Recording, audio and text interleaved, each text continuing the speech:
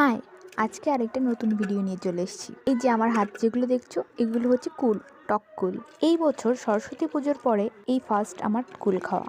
আর টক কুল যে কত বছর খাই না তার হিসেব নেই। এখন টক কুল পাওয়াই যায় না।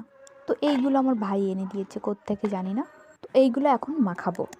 এই কুলকে এক এক জায়গায় এক এক নামে ডাকা হয়। তো আমরা কুলকে বড়ই বলে থাকি। টক বড়ই, মিষ্টি বড়ই। তো আজকে আমি বড়ই মাখাচ্ছি। আচ্ছা, তোমরা কুলকে কি বলে থাকো? জানি অনেক ইন্টারেস্টিং নামে থাকতে পারে।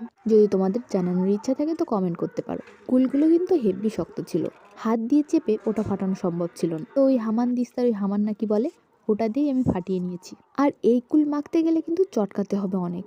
বেশ খানিক সময় নিয়ে অনেকক্ষণ ধরে না চটকালে এর ভেতর নুন ঝাল কিছু যাবে বলে আমার মনে হয় না। ফাটানোর পরে খানিকক্ষণ মাখালাম, তারপরে নুন দিয়ে আবার খানিকক্ষণ মাখালাম।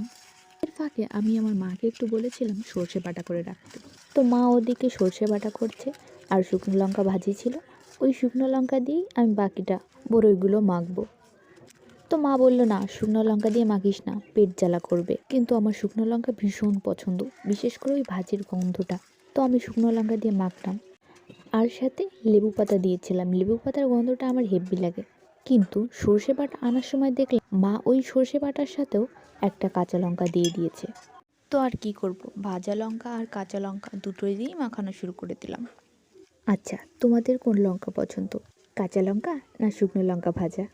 বেশ কিছুক্ষণ মাখানোর পর বড়ইগুলো নরম নরম হয়ে গেছে, আর এর ভেতরেও নুন লঙ্কা ভালো করেই ঢুকে গেছে।